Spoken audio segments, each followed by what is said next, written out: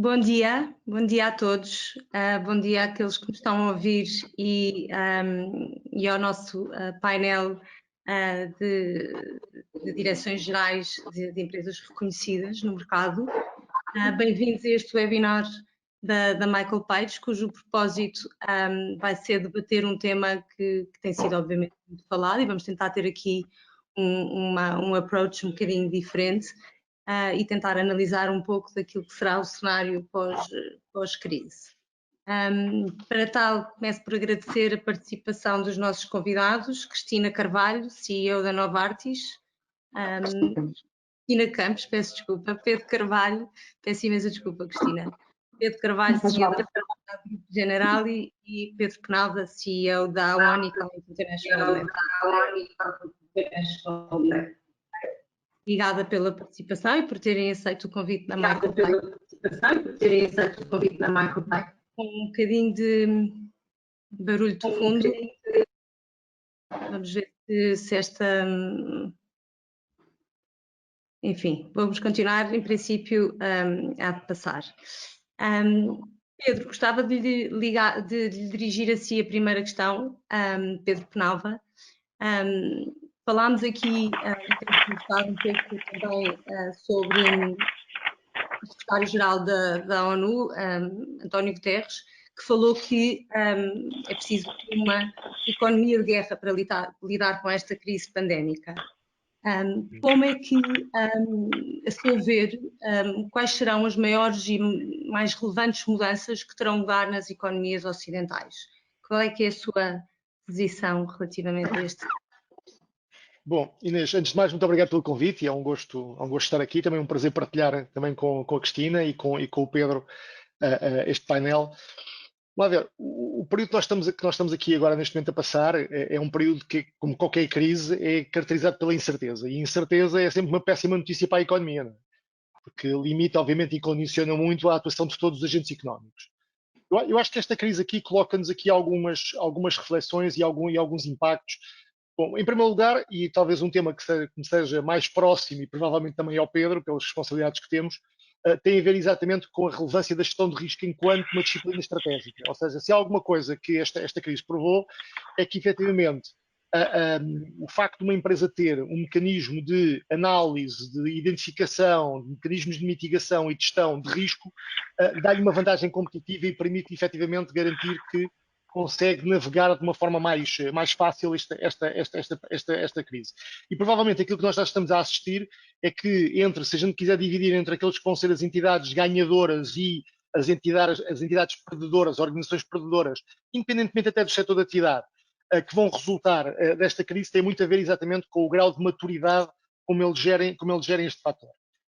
Depois, a crise teve aqui impactos fundamentalmente a três níveis, para já, não é? Teve aqui um impacto ao nível da saúde, portanto, é uma crise sanitária, ao nível da saúde das pessoas, impacto da saúde das pessoas. Teve um impacto muito claro em termos económicos naquilo que é a liquidez portanto, e o acesso a cash, não é? E a conversão de vendas em dinheiro, e, portanto, falou-se muito, especialmente em Portugal, falou-se muito do crédito. Eu acho que a grande questão aqui para as empresas era acesso a dinheiro. As empresas necessitavam de dinheiro, a liquidez aqui é um aspecto importante. E depois também o outro aspecto fundamental que, enfim, que já está a aparecer, mas eu acho que vai aparecer até de uma forma mais forte agora nos próximos tempos, será exatamente esta ideia da disrupção das cadeias de abastecimento e das cadeias logísticas. E isto leva quase a uma tempestade perfeita, não é? Porque as crises mais graves que nós sempre enfrentámos no mundo eram crises pelo lado da procura e pelo lado da oferta.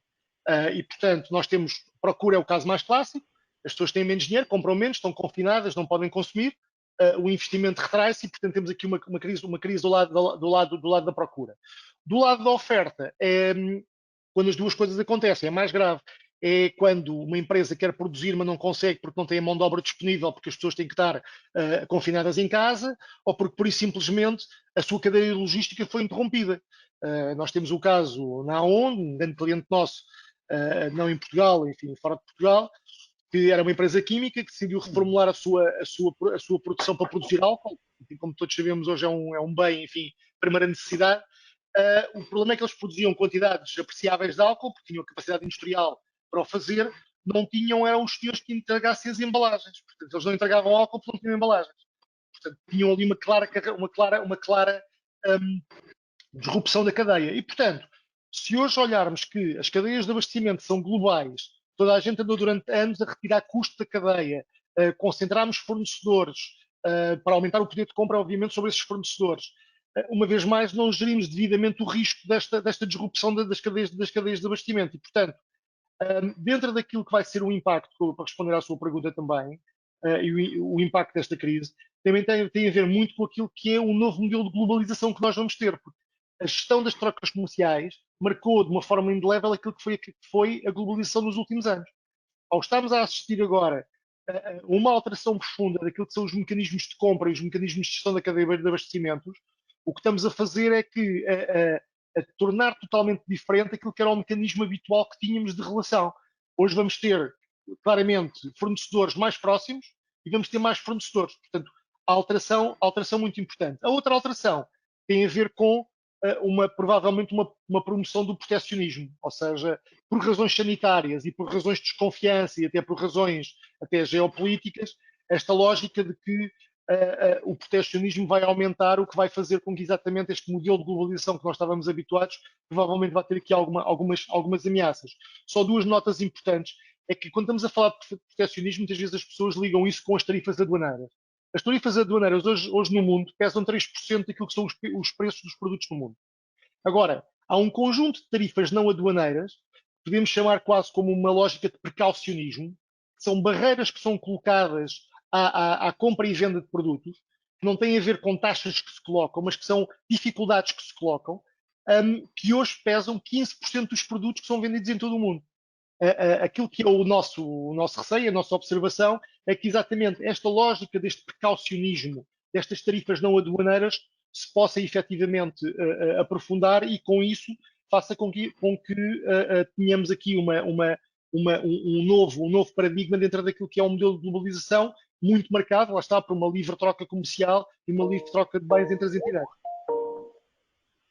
Um dos pontos que o Pedro salientou, esta questão dentro destes 3 pontos, esta questão de ser simultaneamente uma crise pela primeira vez com impactos na oferta e na procura, claramente que traz aqui também outras características e outros tipos de impactos. Pedro Carvalho, do seu ponto de vista, a mesma pergunta para o Pedro, mas tentando abordar aqui, sobretudo nesta vertente, o que é que poderia acrescentar? Certo, vamos lá ver. Estão-me a ouvir bem? Boa tarde. Boa tarde, não, bom dia. Bom dia, aliás. Vamos lá ver. De facto, como diria o Pedro, como disse o Pedro, há uma crise de oferta e há uma crise de procura. Tipicamente, quando as economias sofrem desta situação, estão fechadas ou semi-fechadas, os governos garantem que as pessoas conseguem responder às necessidades mais básicas e que as empresas podem sobreviver durante algum tempo, pelo menos. As políticas de estímulo fiscal, monetárias e financeiras que foram adotadas, incluindo as garantias de crédito, as facilidades de liquidez, as moratórias em empréstimos, os subsídios de desemprego, algumas isenções fiscais, e não estou a falar só cá em Portugal, não é? Porque elas foram absolutamente essenciais. E este suporte à economia vai ter que continuar durante um tempo bastante prolongado. E o prolongado não é só enquanto existe o Covid, enquanto a reestruturação da economia, estou a falar da economia global, acontecer. Não quer dizer que todos os países o consigam fazer, mas os que o conseguirem fazer vão ter certamente melhores resultados. Porquê? Porque isto vai ser absolutamente essencial para, nesta fase de contenção, para minimizar as cicatrizes que vão resultar. E quais são as grandes cicatrizes que vão resultar desta situação? A baixa de consumo, uma brutal desaceleração do desinvestimento privado, que tem que ser de alguma forma compensado por investimento público, mas não é investimento em estradas e autoestradas e pontes e aeroportos, estamos a falar de investimentos em tecnologia, em biologia, em biotecnologia, enfim, é uma série de áreas mais leading edge, que alguns países o estão a fazer, outros não, outros certamente estão a pensar em fazer mais estradas e rotundas e polidesportivos e piscinas municipais, para não só compensar este investimento, mas também para fazer face a alguma redução enorme que vai haver do desemprego. Não é? O desemprego vai subir claramente em todo o mundo, já está a subir, e vai se manter. E, portanto, vamos ter aqui efeitos, se quisermos, mais estruturais, mais conjunturais, que têm que ser mitigados pelo lado da oferta e da procura, e os governos têm um papel, e os bancos centrais muito importantes aí, mas depois também vamos ter alguns efeitos estruturais, e o Pedro tocou num ou outro. Há alguma reindustrialização ocidental, que eu nem considero proteccionismo, acho que é um tema estratégico. Ninguém pode estar dependente de um só país, não é? Ninguém pode estar dependente de um só país da forma como, ou de uma só região do mundo, como agora se verificou, não é? E, portanto, vai haver algum nearshoring de componentes mais industriais. Certamente há indústrias que vão ser mais ganhadoras que outras, as farmacêuticas certamente, as de risco depende, porque a gestão do risco depende muito do desenvolvimento da economia, mais do que até a existência de risco, não é? O IT está sempre a ter terremotos e não há uma grande indústria seguradora no IT, não é? Por haver muito risco, que há tipicamente a indústria de gestão de risco é uma indústria que se desenvolve a par da economia e desenvolve a economia, portanto é relativamente simbiótico. E julgo que haverão indústrias que estruturalmente vão ser afetadas. Eu não acredito, e mesmo pensando a longo prazo, que o turismo, as viagens de negócios, as conferências, todo o modelo de mobilidade que nós temos, que já dava alguns sinais de que poderia ser afetado por questões ambientais e por deixar de ter que haver subsídios às low cost, etc., para promover o turismo. Eu acho que algumas indústrias estruturalmente vão ser afetadas. Portanto, eu diria que no curto prazo e de forma conjuntural, pode ser 1, 2, 3 anos, vamos ter emprego e redução significativa do investimento privado, e de forma estrutural vamos ter algumas indústrias que vão ganhar peso e outras que vão diminuir ou vão desaparecer. E acho que o nosso país em particular tem que pensar todo um modelo de desenvolvimento assente em exportações de valor acrescentado limitado, não é? Porque mesmo na intervenção da Troika, com os méritos que tinha, encorajaram-nos a exportar muito, mas a exportar o que sabíamos fazer. Não foi fazer grandes investimentos para exportarmos coisas da próxima geração, não é? E a aposta no turismo, que é uma aposta entendível, não é a base de uma economia sustentável a longo prazo. E sempre que há uma crise, e isto é o exemplo clássico da América Latina, sempre que há uma crise de consumo ou de confiança nas economias desenvolvidas, depois quem sofre muito são as que estão dependentes delas nas exportações e no turismo. E portanto, os maiores predadores que vão sofrer mais vão ser certamente os países mais pobres do mundo. Está pelo sul da Europa, depois vai para a América Latina, a África, o Quênia, a situação é absolutamente dramática. Pronto. Mas eu parava por aqui, acho que, enfim. O Pedro falou num dos setores que salientou, foi exatamente o farmacêutico. Passava aqui, no fundo, a bola para a Cristina, como representante também desse setor, e tentava virar aqui um bocadinho agora o tema, em termos de consequências, sim, desta pandemia, mas como é que acha que a nível das lideranças, nomeadamente lideranças empresariais, o que é que acha que mudou, como é que acha que foram afetadas, o que é que acha que são os primeiros pontos a tirar desta situação? Obrigada, eu também gostava de falar um pouco do que é que afetou no setor da indústria esse ponto, e vou então tentar responder à sua pergunta, Inês. Obrigada pelo convite também para estar aqui, é um gosto partilhar este painel também com os Pedros e com a Michael Page e aprender também uns com os outros. Eu diria que o que afetou mais naquilo que eu observei, e também falando da minha experiência, acho que foi o fator surpresa, no fundo, e o que isso significa para todos nós. Penso que ninguém estava preparado e a nossa fragilidade ou a nossa impotência para reagir de forma concertada, alinhada e com um impacto a nível mundial foi difícil, ou seja, nós estamos todos habituados, e os líderes mundiais estão habituados a gerir e a liderar a incerteza, e o Pedro falava da incerteza no início. Nós já vivemos num mundo VUCA, todos nós sabemos o que é o mundo VUCA, mas nunca pensámos que este VUCA fosse realmente esta pandemia que nos afetou não só ao nível da saúde, mas também da economia, pandemia social, pandemia a tantos níveis. Eu gosto sempre de pensar nos líderes em 3 dimensões. A primeira dimensão, mais no sentido que os líderes são humanos, são pessoas, portanto, acho que uma das áreas que afetou bastante a liderança, talvez, ou está a afetar a curto prazo, e espero eu que afete a longo prazo, é talvez tornar os líderes mais humanos ainda. Portanto, este sentido de compaixão, de necessidade de colaboração, nos colocarmos nos pés uns dos outros, trabalharmos mais, se calhar, os nossos deep skills, ou os chamados soft skills, que eu não gosto muito de chamar soft, porque acho que às vezes são mais difíceis do que os hard skills, trabalharmos mais estas competências, não é? A nossa curiosidade, a nossa empatia, a nossa capacidade de ouvir, de colaborar, a nossa vulnerabilidade, a forma como comunicamos e como temos atenção às pessoas, e portanto acho que essa foi uma das componentes que eu observo. Sinto de facto as pessoas muito mais próximas, muito mais, com maior sentido de comunidade e com maior sentido de colaboração. E acho que talvez essa é a primeira mudança que eu gostava de salientar e que sinto em mim, também em mim. E portanto espero eu que seja uma mudança sustentável e boa para o futuro. A segunda mudança que eu penso que vejo bastante também tem a ver mais enquanto líderes, enquanto gestores.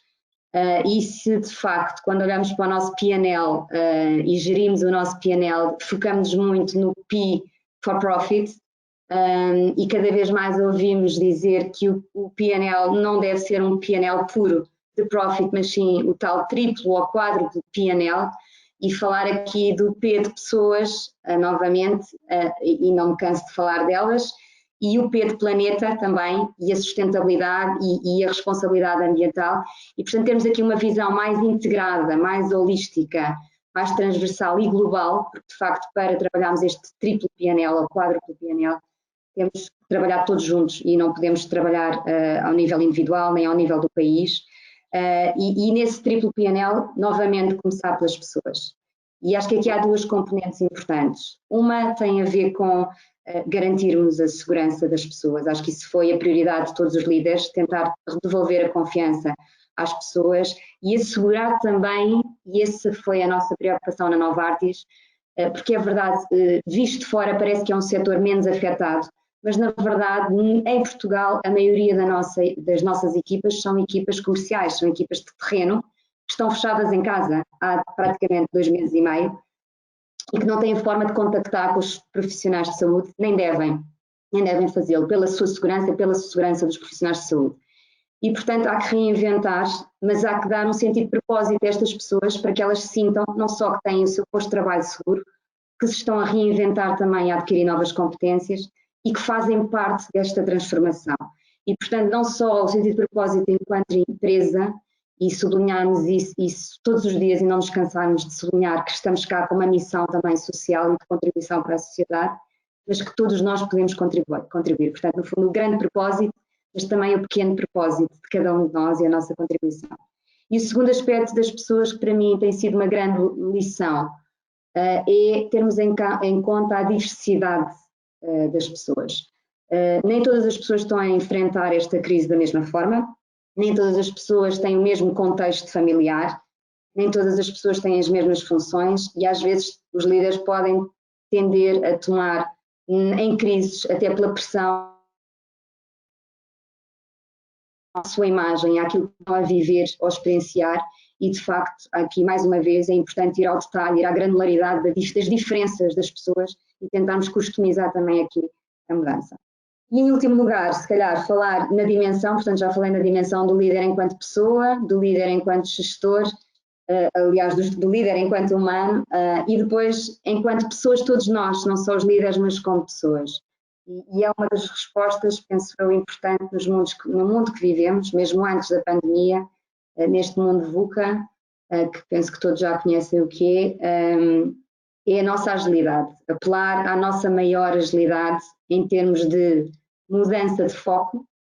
Se é verdade que temos que ter um foco de curto prazo, de sobrevivência, muitas vezes até muitos negócios se reinventaram, se produziam, se calhar roupa, passaram a produzir máscaras, Portanto, há uma série de estratégias e de táticas de curto prazo. Também é preciso ter um foco no longo prazo. E, portanto, estas polaridades de focamos no curto prazo, focamos no longo prazo, focamos nas pessoas, focamos no negócio, focamos no lucro, focamos nos custos. Portanto, estes paradoxos, esta liderança de paradoxos, que também faz parte do dia-a-dia de um líder, acho que hoje está muito agudizada. E, portanto, esta capacidade de dançarmos entre as polaridades das nossas decisões e não temos que optar entre fazer uma coisa ou fazer outra, mas termos a capacidade de elevar o nosso pensamento e conseguir responder a todas estas discrepâncias e estes paradoxos, acho que é algo que nos afetou a todos e apela ao melhor de nós em termos de foco. E, portanto, eu acho que eu sumarizava dizendo que acho que, respondendo à sua pergunta, acho que há um impacto muito grande a curto prazo na nossa liderança, pelo menos daquilo que vejo e naquilo que é a minha experiência a curto prazo, mas espero, acima de tudo, que este impacto seja a longo prazo.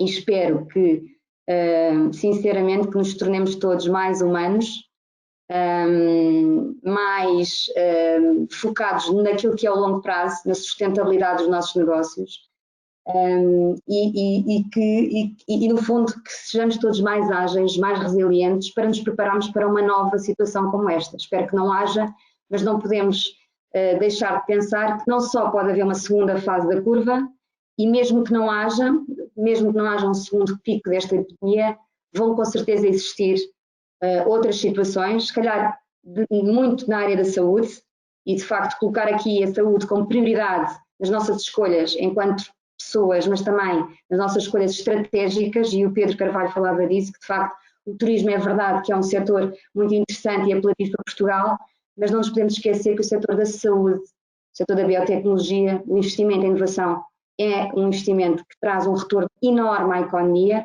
e que nos permite ter uma sociedade que é sustentável, e sem sociedade sustentável não há negócios sustentáveis. Portanto, ligar aqui um pouco também a saúde, à sociedade e a todos os setores que no fundo dependem de uma sociedade que tem que ser sustentável e que tem que ser saudável. E acho que resumia aqui aquilo que é a minha visão deste impacto de tudo isto. Sem dúvida, sem dúvida.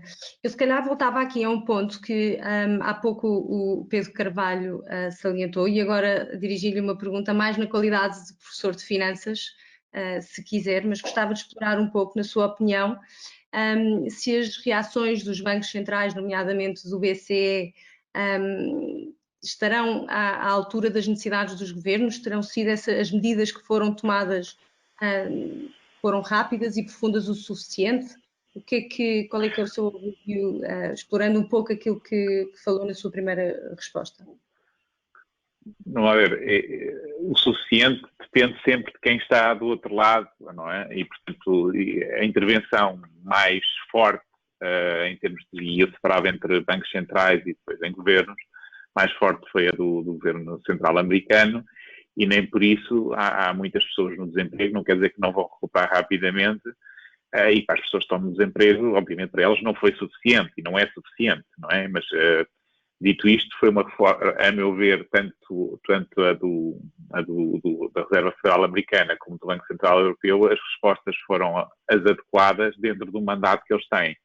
Compras maciças de dívida, em concreto no BCE, no mercado secundário, portanto, a garantir o financiamento de todos os Estados-membros a custos baixíssimos, ok? Apesar do enorme risco que países, incluindo o nosso, ou o grego, têm, com dívidas altíssimas, e, portanto, eles garantem-nos e estamos a subsidiar, através das compras do BCE, o nosso custo de financiamento, e, portanto, há uma resposta maciça, não é? E não há falta nenhuma de liquidez no mercado e de capacidade neste momento de endividamento.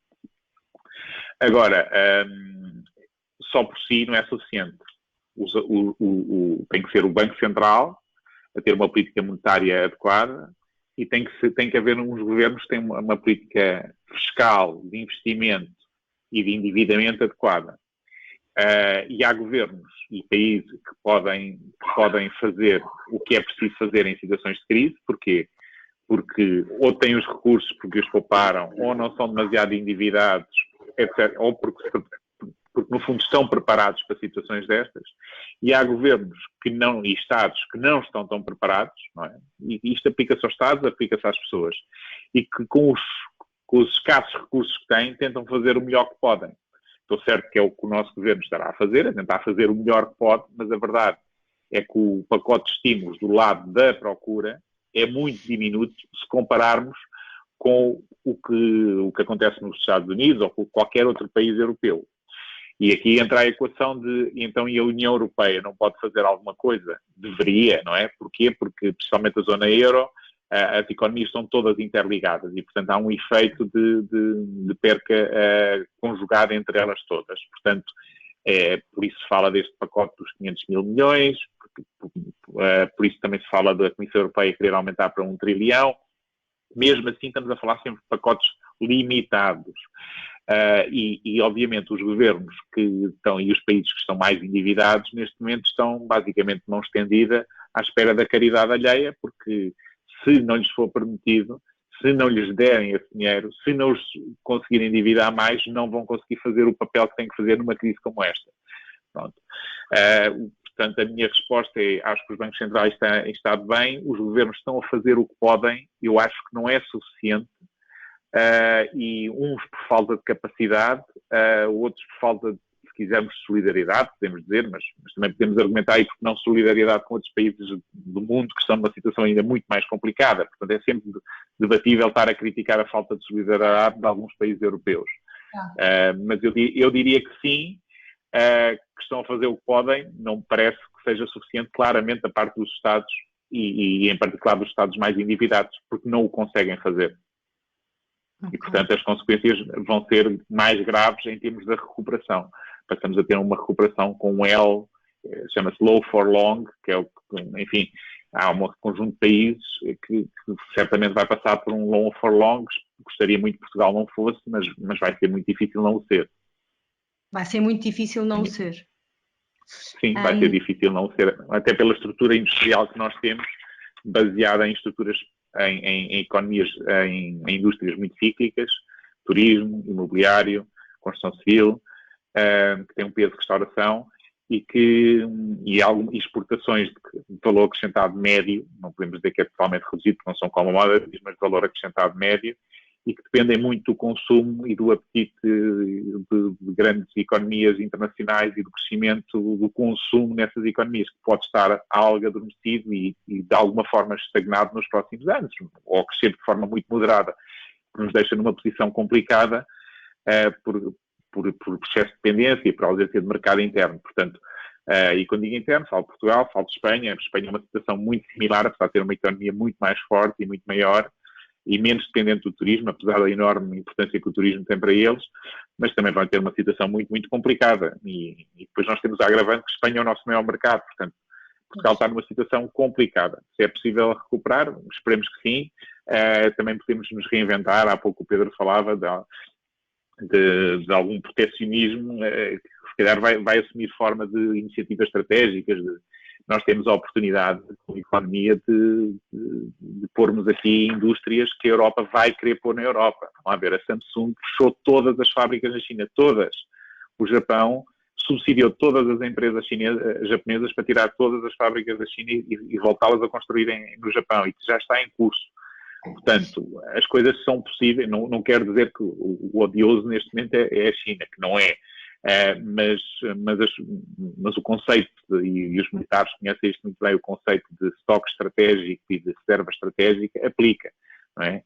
Eu imagino que mesmo nas cadeias logísticas dos medicamentos, de repente as coisas complicaram-se em alguns sítios do mundo, ao que sei, não é? E, portanto, e podem imaginar a Mercedes, ao fim de 3 semanas de Covid em um ano, já não conseguia fabricar carros em Stuttgart. Portanto, isto é uma coisa de loucos. Pedro, pegando, eu gostava de explorar esta questão que o Pedro Carvalho falou, gostava que o Pedro Penalva explorasse um pouco, exatamente naquilo que é as relações dos Estados Unidos com a China e da Europa com a China. Poderíamos estar aqui a enfrentar um aumento da vulnerabilidade das empresas europeias e americanas e, portanto, aqui um consequente reforço do domínio chinês. É algo que é possível? A ver, eu acho que, quer dizer, ninguém tem dúvidas que mesmo antes da fase pré-Covid já vivíamos num enquadramento em que havia uma confrontação entre dois blocos. Quer dizer, havia uma guerra, eu diria, fria a ficar um bocadinho mais quente do ponto de vista comercial. Portanto, tivemos todo o conjunto de sanções comerciais, enfim, e uma aceleração de todo esse processo. E, portanto, o posicionamento chinês foi sempre muito numa lógica de soft power, ou seja, tentar expandir a sua influência no mundo, fundamentalmente através de mecanismos de financiamento de economias emergentes, que fossem produtoras de commodities, né? Que fossem produtoras de matérias-primas, dos quais a China necessita. E fizeram isso extensivamente em África. Aliás, o caso de Angola é um caso claríssimo.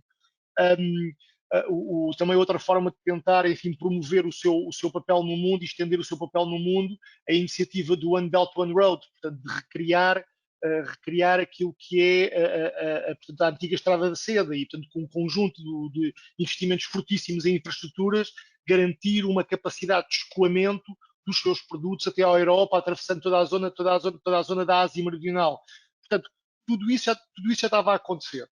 O que eu acho que nós estamos agora aqui a assistir, e já estávamos, lá está, antes do Covid, é uma transformação subtil e lenta. Aliás, tudo tem a ver com a China. Geralmente, uma das coisas que se distingue do Ocidente é que eles têm um contexto de tempo que é totalmente diferente do nosso. Portanto, o tempo para eles é diferente. Eles não pensam em quarters nem em anos, portanto, pensam na próxima geração. Em alguns momentos é uma desvantagem, noutros será com certeza uma vantagem. Mas estávamos a ver muito subtilmente a China a posicionar-se já não só como um soft power, mas mesmo como um hard power. E se eles em algum momento até tinham alguma distância estratégica do Pacífico, até para evitar uma confrontação direta com os Estados Unidos, a realidade é que ao longo dos últimos anos têm vindo lentamente a assumir, por exemplo, do ponto de vista militar, uma vocação como uma potência marítima. Eles investiram fortemente naquilo que é a sua capacidade naval, fizeram investimentos muito importantes na capacidade naval e estão-se hoje a assumir exatamente como uma potência marítima. Portanto, há claramente várias dimensões, aquilo que é aqui uma tensão e uma guerra mais quente num lado e mais fria no outro, entre os Estados Unidos e a China, enquanto duas grandes potências globais que temos neste momento. Qual é que é aqui o papel para a Europa? Bom, a Europa só foi relevante enquanto liderou na inovação e no conhecimento. Se a gente olhar historicamente, começou no século XV com os descobrimentos portugueses, conseguimos, porque tínhamos efetivamente uma capacidade de inovação e um conhecimento que fomos adquirir e também uma capacidade de empreendedorismo, e prolongou-se até ao século XX. E foi durante esse período que efetivamente a Europa teve aqui a capacidade de liderar o mundo por esse fator. Porque, quer do ponto de vista de dimensão, quer do ponto de vista populacional, a Europa não tinha essa dimensão. Antes do século XV, claramente, a grande potência global era a China. A China era, muito mais do que qualquer país europeu, o país no mundo que tinha efetivamente um maior avanço tecnológico, instituições mais sustentáveis, até do ponto de vista cultural, enfim, uma lógica muito mais resiliente. E, portanto, a questão neste momento que se coloca é que se a Europa efetivamente quer ter aqui e quer tornar a ter um posicionamento relevante daquilo que é o quadro mundial e funcionar aqui quase como uma charneira entre os dois blocos, a grande oportunidade que existe tem a ver exatamente com esta aposta na inovação e no conhecimento. O Pedro Carvalho falou há pouco da questão da reindustrialização, que obviamente vai ser uma decorrência daquilo que nós vamos ter agora, até porque também, aliás, a Cristina também comentou isso, esta necessidade de enfoque na sustentabilidade, o facto de que depois desta fase do Covid, dificilmente as pessoas e as organizações vão aceitar voltar a uma economia totalmente linear e não vão querer apostar numa economia circular e em princípios de sustentabilidade. Eu acho que isso vai ser uma tendência absolutamente incontornável. E, portanto, e aí há uma necessidade muito forte de um posicionamento em termos de inovação e de conhecimento. Hoje, se nós olharmos para aquilo que é o panorama da produção científica no mundo, não reflete isso, quer dizer, os dois países que produzem que têm maior produção científica são os Estados Unidos e a China, curiosamente com os Estados Unidos a descer e com a China a subir. Eu acho que a China neste momento já é a entidade, já é o país onde são produzidos mais papers científicos no mundo, sobre todas as matérias. E, portanto, eu acho que aqui a grande oportunidade que se coloca aqui à Europa é exatamente apostando naquilo que é esta reindustrialização, esta mudança de paradigma dentro daquilo que é a aposta numa economia circular e também, e aí sim, ao fim e ao cabo, provavelmente hoje, o único grande projeto mobilizador no espaço da União Europeia é o Green Deal. Quer dizer, eu acho que dificilmente, para além de tudo aquilo que tem a ver com a resposta à crise, e concordo completamente com o Pedro com aquilo que é a timidez da resposta que está a ser dada do ponto de vista da dimensão dos envelopes financeiros que estão em cima da mesa, mas provavelmente o Green Deal é o único projeto que pode ser mobilizador, transformador e que dá aqui até alguma lógica de visão e de devir da União Europeia. Portanto, e se nós, efetivamente, se isto tiver uma execução, se tiver uma concretização em termos da tal aposta na inovação e no conhecimento, de tornar efetivamente o espaço da União Europeia como o grande campeão da sustentabilidade, para além de tudo aquilo que são valores inerentes à Europa, tem a ver com a democracia, com a liberdade, com a tolerância, que são aspectos que faltam muito noutros países, especialmente, enfim, num dos blocos claramente, e também se olharmos para os Estados Unidos, começamos a ver aqui alguns enfim, apontamentos um pouco mais preocupantes. Portanto, se olharmos para este envelope de sustentabilidade, ambiente, inovação e democracia e tolerância, temos aqui um papel que a União Europeia, dentro daqui a Europa, dentro daquilo que é o mundo, pode desempenhar, como claramente uma charneira em relação aos dois grandes blocos que neste momento se posicionam. Agora, eu acho que depende muito mais daquilo que é o alinhamento das vontades europeias, depende muito mais daquilo que é a capacidade de concretização. Eu acho que, enfim, a visão até podemos achar que está lá, mas entre a visão e a execução há aqui um espaço muito grande, que eu acho que é isso que tem que ser conquistado nos próximos tempos. Claro. Pegando e voltando aqui um pouco à questão dessa sustentabilidade e também do ponto de vista global, como o Pedro Penalva falava, Cristina, eu gostava de lhe colocar aqui uma questão que toca exatamente naquilo que falou há pouco, do PNL, do Triple PNL, se quiser, e voltando aqui a questões mais de sustentabilidade. Do seu ponto de vista, acha que podemos assistir aqui a um reforço da transição de uma shareholder para uma stakeholders economy, baseado no conceito de que os negócios devem servir fundamentalmente os interesses da sociedade e não só dos acionistas? Acha que isto é execuível e não mais do que execuível, poderá ser bem aceito pelo mundo corporativo, pelas organizações? Bem, eu acho que não só é execuível, como já está a acontecer, felizmente, não é? E já temos bons exemplos de empresas onde isso já é a realidade. Eu tenho a felicidade de trabalhar numa delas e de facto, nós trabalhamos para 5 stakeholders, e isso é claro no nosso propósito, na nossa estratégia. O nosso principal stakeholder é o doente e de facto é para ele que nós existimos. Depois os colaboradores, claramente, são a nossa prioridade e porque acreditamos que é através das pessoas que vamos ter um negócio sustentável. Depois os parceiros e todos os profissionais de saúde com quem criamos também. Toda a sociedade, cada vez mais, a sociedade empoderada mesmo na área da saúde, porque acreditamos que não podemos estar apenas dependentes de políticas e de regulamentação. A sociedade tem que se mobilizar em prol da saúde, de uma saúde mais maior informação, maior literacia na saúde e, claro, os shareholders também, não é? Obviamente que os acionistas são um dos nossos stakeholders e isso faz parte da nossa atividade.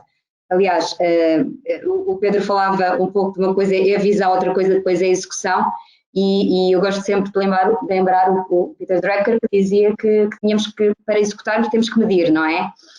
E uma das coisas que fazemos na Novartis, e Portugal representa apenas uma migalha do mundo Novartis e do mundo todo, Portugal infelizmente não é, nós não temos uma escala assim tão grande, mas mesmo ao nível de Portugal nós medimos todos os anos, e ainda esta semana recebi o relatório, relativamente ao nosso impacto financeiro, mas também o impacto na sociedade, o impacto no ambiente em Portugal. Portanto, nós temos números concretos sobre o nosso impacto na nossa economia. Nós, em 2019, só para terem uma ideia, o retorno económico da Novartis em Portugal foi na ordem dos 739 milhões de dólares em Portugal, o que significa que nós chegámos a cerca de 2 milhões de pessoas em Portugal, de doentes, com os nossos medicamentos, e isto só estudando um portfólio de 64 medicamentos, nós temos muito mais do que isso. A contribuição para o PIB foi uma contribuição de 145 milhões. Para a empregabilidade, nós contribuímos não só com a nossa empresa, mas com o emprego gerado, fruto disso, com quase 3 mil empregos de valor acrescentado. E depois também, no impacto ambiental, também temos números que medimos. E, portanto, medimos não só a componente financeira, mas também o impacto societal e o impacto no ambiente. Um dos nossos pilares estratégicos, para além da inovação, que é de facto o nosso DNA, é o devolver a confiança à sociedade e com a sociedade. Sabemos, obviamente, temos consciência que muitas vezes a indústria farmacêutica poderá não ter a imagem que nós procuramos que tenha. Acreditamos também que esta crise é uma oportunidade para isso mesmo, para reforçar a imagem e a reputação do setor da indústria farmacêutica, e um dos nossos pilares é exatamente esse. E em Portugal nós fizemos um shift completo ao nosso foco nos primeiros meses da pandemia. Mobilizámos praticamente €500 mil para doações a Portugal, na área dos equipamentos médicos, mas também dos equipamentos de proteção individual. Mobilizámos também medicamentos de forma gratuita para tentarmos combater a pandemia. Continuámos a tentar assegurar a cadeia de valores, e o Pedro há pouco dizia que as cadeias de abastecimento e as cadeias de distribuição foram todas afetadas. Nós conseguimos não ter um medicamento atrasado a chegar a Portugal e, portanto, conseguimos não só garantir que os medicamentos chegam aos doentes, como inclusive procurámos canais de distribuição alternativos e, portanto, encontrarmos aqui com os parceiros, obviamente não sozinhos, mas com os governos, com a associação, até com os concorrentes, trabalhámos juntos para pensar em modelos alternativos para que os medicamentos não faltassem aos portugueses e, portanto, unimos-nos para isso mesmo. E, portanto, acredito que... Acha que, do seu ponto de vista, acha que uma Novartis será aqui uma exceção ou acha que há uma regra? Porque podemos ter sempre casos de sucesso, seja no setor farmacêutico, seja noutro, mas no cômputo geral, acha que em termos, tanto noutros setores como mesmo dentro do setor, noutras empresas, acha que este shift e essa sustentabilidade e esse foco que fala que a Novartis tem é algo que pode passar a ser mais praticado, portanto ser reforçado fruto desta crise e desta necessidade de todos repensarmos um bocadinho como é que eu acredito que sim, vejo isso acontecer. Eu também sou vice-presidente da Associação da Indústria Farmacêutica e, portanto, temos esse tema na agenda. E, aliás, a indústria farmacêutica como um todo fez um contributo de 3 mil milhões só em donativos e que está em crescendo e continuamos a fazê-lo. E também acredito e participo em vários fóruns académicos e também vejo que a própria academia põe cada vez mais a sustentabilidade na agenda do conhecimento e a sensibilizar os vários setores e, portanto, acho que estaremos com certeza cada um ao seu ritmo e numa fase, se calhar, diferente, acredito nisso, mas penso que é com os bons exemplos que também conseguimos inspirar outros. E a mim compete-me, liderando uma empresa como a Novartis, que é líder de mercado em Portugal, enquanto grupo. Portanto, é um grupo grande, não apenas na área da inovação, mas também na área dos genéricos e dos biossimulares. Eu acho que temos uma responsabilidade muito grande, que é darmos o exemplo, tentarmos dar o exemplo. Mas eu sei que não estamos sozinhos, sei que temos muitos neste mesmo percurso a fazerem tão bem ou até melhor e tentamos inspirar uns aos outros e partilhar essas boas práticas, é isso que temos feito. Claro. Aqui lançava uma última questão antes de passarmos para um rápido Q&A. E deixo aberta aos três. Numa forma mais generalista, quais é que são as características daquilo que agora usualmente se chama o novo normal na fase pós-Covid? Quais são para vós as principais características às quais teremos de nos habituar, basicamente? Alguém quer avançar? Força, Pedro. Não, eu descanso um bocadinho, bebo um bocado de água. Falou agora, exatamente. Muito rapidamente, eu acho que 3 ou 4 aspectos. Primeiro, como eu referi ao princípio, gestão de risco e planificação para risco como um driver estratégico. Acho que é fundamental. Acho que a Cristina ou o Pedro que referiram exatamente, ninguém estava preparado. Organiza aquilo que é o maior survey de gestão de risco no mundo. Na última edição, que foi 2019, o risco de pandemia classificava na posição número 70. Isto em 90 riscos que nós medimos. E, portanto, isto diz muito daquilo que era o grau de preparação. Portanto, gestão de risco enquanto uma variável estratégica, isso claramente. Depois, três áreas onde eu acho que vão existir profundas alterações. Pedro Carvalho referiu algumas. Eu acho que ninguém vai viajar em negócios como viajava antes da crise, acho que isso é muito claro. eu acho que mesmo o turismo normal, enfim, o turismo especialmente as low cost, acho que vão sofrer ali uma alteração muito importante, mas o turismo de negócios não há dúvida nenhuma, e o outro impacto muito grande vai ser ao nível do real estate de negócios, porque todos percebemos os espaços comerciais, os espaços de escritório, e aliás, provavelmente o exemplo que estamos aqui a viver, todos conseguimos trabalhar de casa e, portanto, não precisamos de ter, se temos 1000 colaboradores, não precisamos ter espaço para 1000 colaboradores dentro do escritório, como é óbvio. Portanto, isto vai impactar muito, muito. Depois, duas outras áreas que eu acho que também vão ter grandes impactos. Saúde, a Cristina mencionou. Eu acho que durante muitos anos, e aliás, a indústria seguradora até tentou promover isso, a telemedicina era um exemplo que estava sempre a tentar empurrar e que nunca se conseguia fazer, porque havia ali uma retração, e eu acho que a retração vinha muito até pela parte dos profissionais médicos. Bom, hoje a telemedicina é um dado adquirido. Quer dizer, avançou-se no espaço de 2 meses, mas isso foi também com um pouco uma digitalização, não é? Quer dizer, avançou-se no espaço de 2 meses aquilo que não se fez durante 10 anos. Como alguém dizia a brincar, quem é que fez mais pela digitalização das empresas foi o CEO ou o CIO, na realidade foi o Covid, não é? Portanto, que fez aqui avançar claramente a agenda de digitalização. O exemplo da saúde, para mim, é claro. Outro exemplo é na educação, ou seja, eu acho que a forma como também as instituições de educação se vão posicionar, quer a vários níveis, eu acho que vai ser diferente. Portanto, todo o modelo educacional e o modelo da relação dos professores com os alunos e da passagem de conhecimento e da transferência de conhecimento, acho que vai sofrer uma profunda alteração. Hoje também estamos todos a viver isso, quer dizer, temos os nossos filhos a terem aulas online e, enfim, está para ver se realmente a capacidade de aquisição de conhecimentos vai ser afetada ou não. Portanto, eu acho que fundamentalmente tem a ver com estes impactos que vamos ter na nossa vida e que eu acho que esses vão ficar. E depois, referindo e reforçando aquilo que já referi também que alguns dos do painel disseram, esta aposta naquilo que é a economia circular e sustentabilidade e o propósito das empresas. Eu acho que nós, pela primeira vez na vida, tomámos decisões, os Estados tomaram decisão em que a primeira prioridade era proteger a vida das pessoas. Isto nunca aconteceu na história.